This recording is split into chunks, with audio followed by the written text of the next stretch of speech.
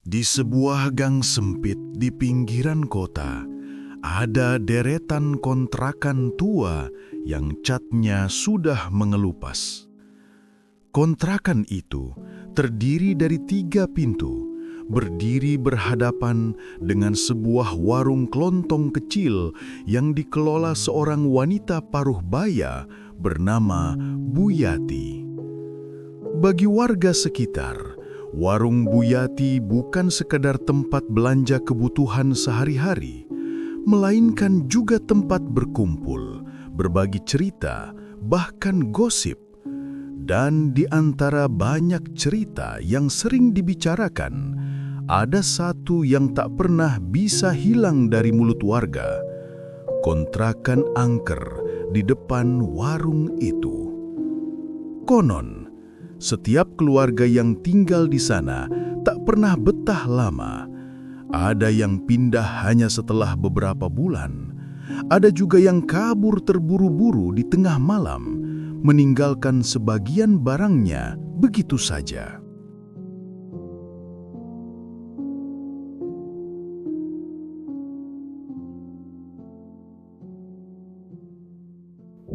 Awal bulan itu, sebuah keluarga kecil datang menempati kontrakan nomor 2. Sang bapak, Pak Harun, seorang buruh bangunan.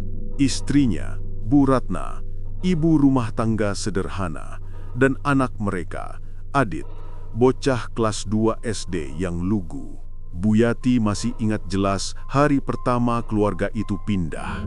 Mereka tampak bahagia, sibuk menurunkan barang-barang dari mobil pick-up. Bu Ratna sempat mampir ke warung untuk membeli sabun cuci dan beras. "Mudah-mudahan betah ya Bu di sini," kata Bu Yati sambil menyerahkan belanjaannya. Bu Ratna tersenyum. "Iya Bu, doain aja. Katanya sih kontrakannya murah. Paslah buat kami." Bu Yati hanya mengangguk, meski dalam hati ia tahu tak ada satupun keluarga yang bertahan lama di situ. Malam pertama, gang itu sepi. Hanya suara jangkrik dan sesekali gonggongan anjing yang terdengar. Di dalam kontrakan, Adit gelisah di kamarnya.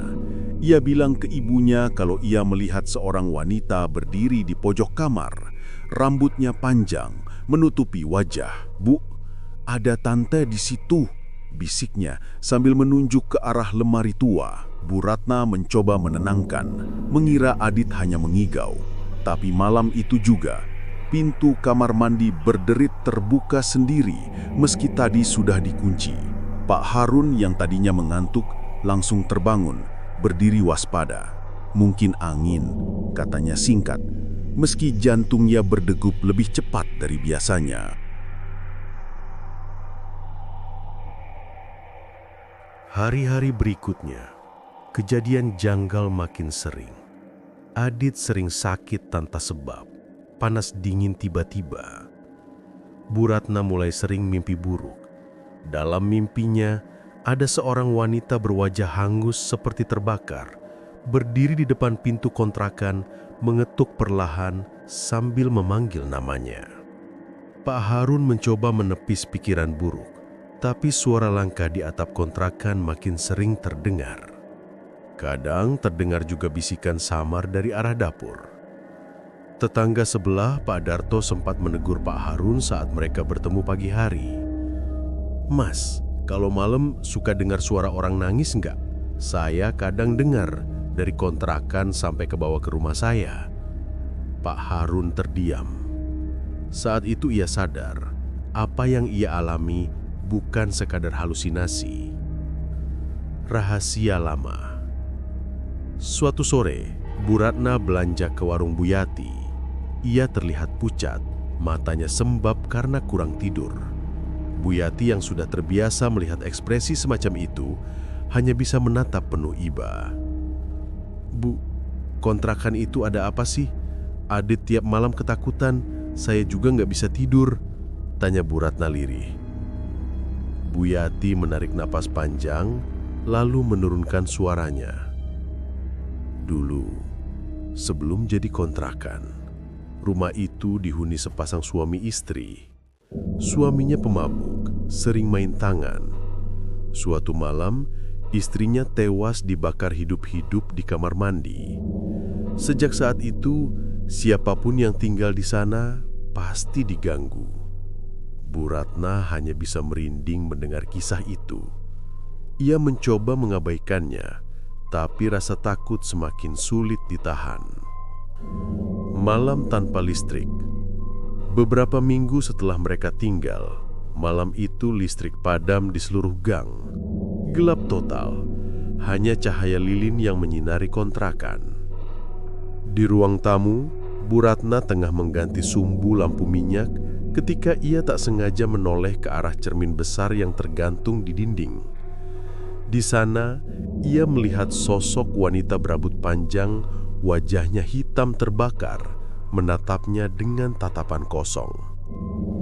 Bu Ratna menjerit, membuat Adit menangis ketakutan. Pak Harun berusaha menenangkan, tapi bahkan ia sendiri melihat sosok itu sekilas dari sudut matanya.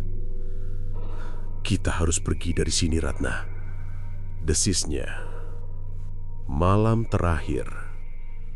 Gang itu sunyi. Angin bertiup membawa bau anyir entah dari mana. Tengah malam terdengar suara piring pecah dari dapur. Pak Harun segera berlari, tapi saat sampai tidak ada siapapun.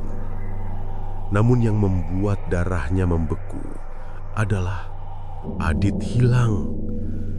Mereka mencarinya ke seluruh ruangan, panik setengah mati. Dan ketika akhirnya menemukannya di halaman belakang, tubuh Adit kaku, wajahnya pucat kebiruan.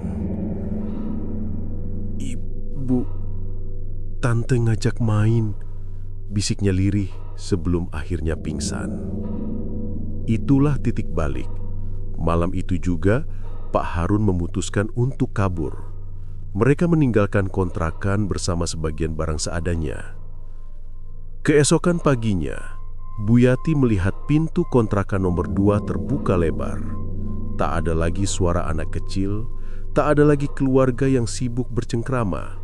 Hanya keheningan dan kursi plastik yang terbalik di teras. Bu Yati hanya menggeleng pelan. Ia sudah terbiasa melihat pemandangan semacam itu.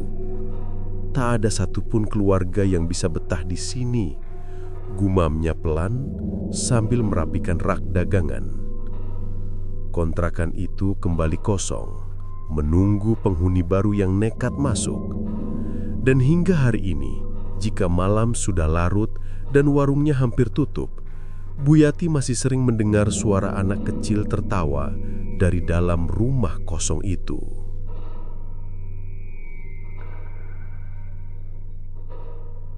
Kontrakan itu masih berdiri, seakan menunggu korban berikutnya. Entah siapa yang akan datang, tapi satu hal yang pasti, tak ada yang pernah keluar dari sana tanpa meninggalkan cerita mengerikan.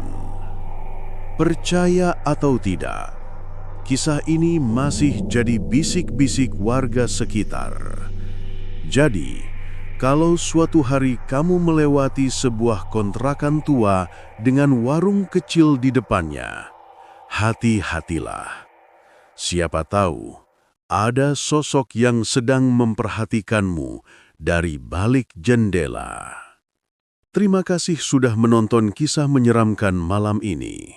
Jangan lupa like, komen, dan share biar makin banyak yang merinding bareng. Masih banyak rahasia gelap di balik kontrakan tua ini. Tunggu cerita berikutnya hanya di Abdan Story. Sampai jumpa di malam penuh misteri berikutnya. Jangan sendirian kalau berani.